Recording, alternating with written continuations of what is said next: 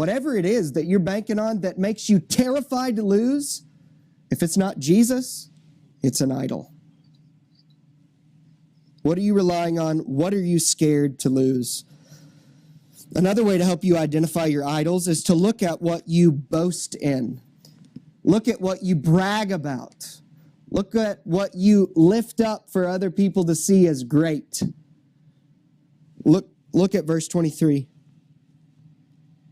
You know what it was for the Jews by and large? We've said it and I'll say it again.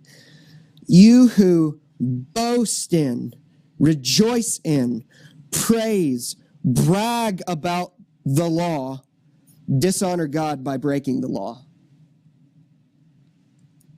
The very thing they boasted in dishonored God, primarily because they bragged in their ability to know the law and obey the law, and this is what's right, and this is how we know we're good people.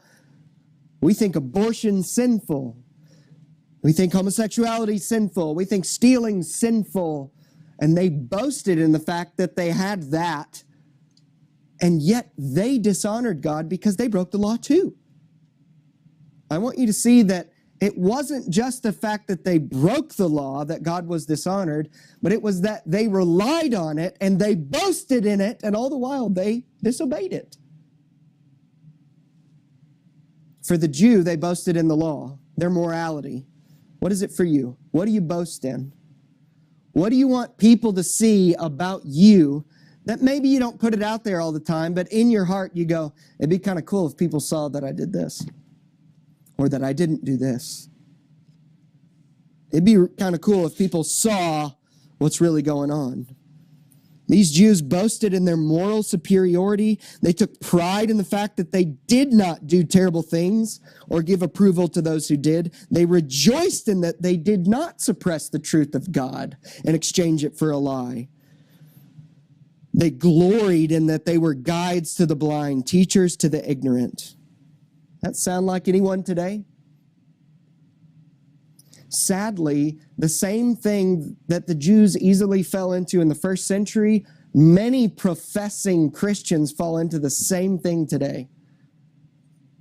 What they're relying on is their obedience, their performance. What they're relying on is their moral superiority. And you can see it because that's what people boast in.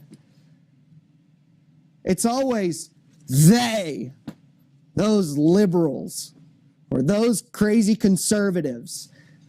It's when you're idolizing yourself and your own ideology or your own morality, you very quickly demonize people who are different than you. You can see that so clearly in our culture today, and it is just as present in local churches as it is in people who are irreligious and don't want anything to do with God. What are you boasting in? What are you relying on? Some today do this with morals, and they turn morals, which are good, into moralism, which is bad. Morals is doing what's right and rejecting what's wrong. That's good. But if you're doing it in a moralistic way, it's moralism, meaning your obedience to God, your keeping good morals is why you feel like you have worth and value and why you're acceptable to God.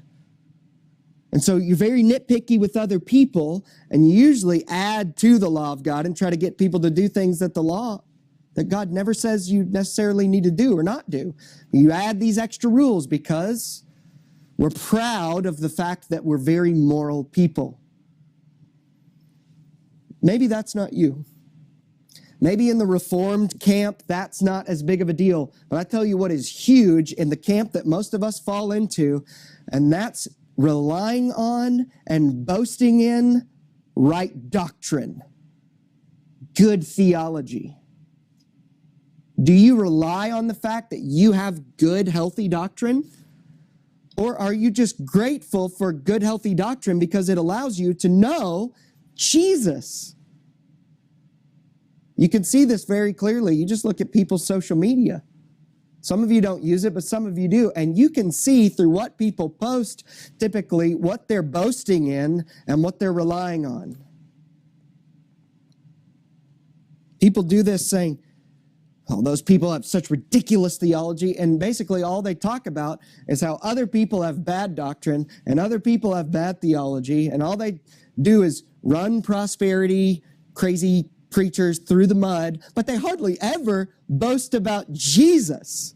It's always a boasting in the fact that these guys are dumb and we've got right doctrine. Should we call out false teachers? Absolutely. But the point is not to just call out false teachers and try to save people from these terrible false doctrines that will lead them to hell. It's not just to point out the bad, but it's to say, Jesus is actually like this. He's great. And this, what these people are telling you, that's not the biblical Jesus. That's not Jesus. Do you boast in your morality? Do you boast in your rightness of doctrine? Rely on your rightness of doctrine? No one is saved through their morality, and no one is saved through having right doctrine. We're saved by being made right with the one that doctrine reveals. We're only saved through Jesus and His work and what He's done for us. See, what Paul is saying here, he's already condemned irreligious people, saying they dishonor God, because they suppress the truth about God, they exchange it for a lie, they deny He exists, and they live in all kinds of flood of unrighteousness, and they dishonor God, suppressing the truth and rejecting His law. But do you see in this verse, you who boast in the law, dishonor God by breaking the law. Do you see that he's saying the religious person dishonors God by receiving the law, receiving the truth about God, and relying on it and boasting in it? Saying you can just as much dishonor God by being completely moral, by having perfectly right theology. You can dishonor God in the same exact way because you're relying on it and boasting in it rather than relying on God and His grace and boasting in God and His grace. Friends, you and I are in just as much danger as dishonoring God as the evolutionary person who rejects any kind of morality and lives in a flood of debauchery. You are just as capable of dishonoring Him if you're not relying on Him and boasting in Him. Look at verse 24.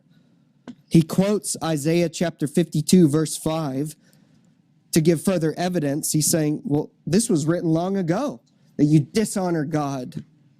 For as it is written, the name of God is blasphemed among the Gentiles. That word is ethnos.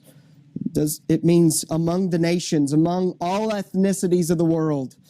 The name, reputation, character of God is blasphemed among the nations because of you. What's blasphemed mean? It means God's name is reviled. God's name is defamed. God's name, His reputation, His character is lied about, is viewed wrongly and misconstrued. Why? Because of us. If we rely on the law, boast in the law, rely on anything or anyone other than Jesus, boast in anything or anyone other than Jesus, it dishonors God and He is blasphemed because of us.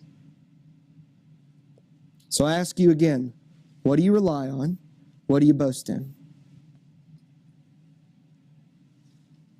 When we aren't honest about our own sin, and we pretend to be more righteous than we aren't fooling anyone, first of all. See, these Jews and many moral people today, they rely on and boast in the law, and yet they break it. Act like we've got everything together. I am pretty moral. I am pretty righteous. We act like when we boast in those things, I've got it together, but we're really not fooling everyone because you could see very quickly how someone isn't all they're cracked up to be. So when we're not honest that, man, I'm stumbling forward following Jesus. I want to obey Him. And I fail frequently. I have to repent frequently. I'm not a Christian because I'm great. I'm a Christian because God's grace is great. As Martin Lloyd-Jones said when he was about to die, one of his proteges came to his bed. Lloyd-Jones was probably the greatest preacher of the last 100 years. He looked at his protege and said, "Don't you ever forget, all I am is a vile sinner that God gave grace to." It's like, that's all I am. God, I'm a saint because God made me a saint by the work of Jesus. All I've got to offer God is my sin, and He gave me Jesus' righteousness. He's saying, don't you ever forget that. Can you say that? Does your life say that? Hey, listen, I don't have it together, but Jesus does. I'm not righteous before God because I've been good enough. I'm righteous before God because God has chosen to count me righteous with Jesus' righteousness. God chose to take away my sin because Jesus died in my place. That's how bad I actually am.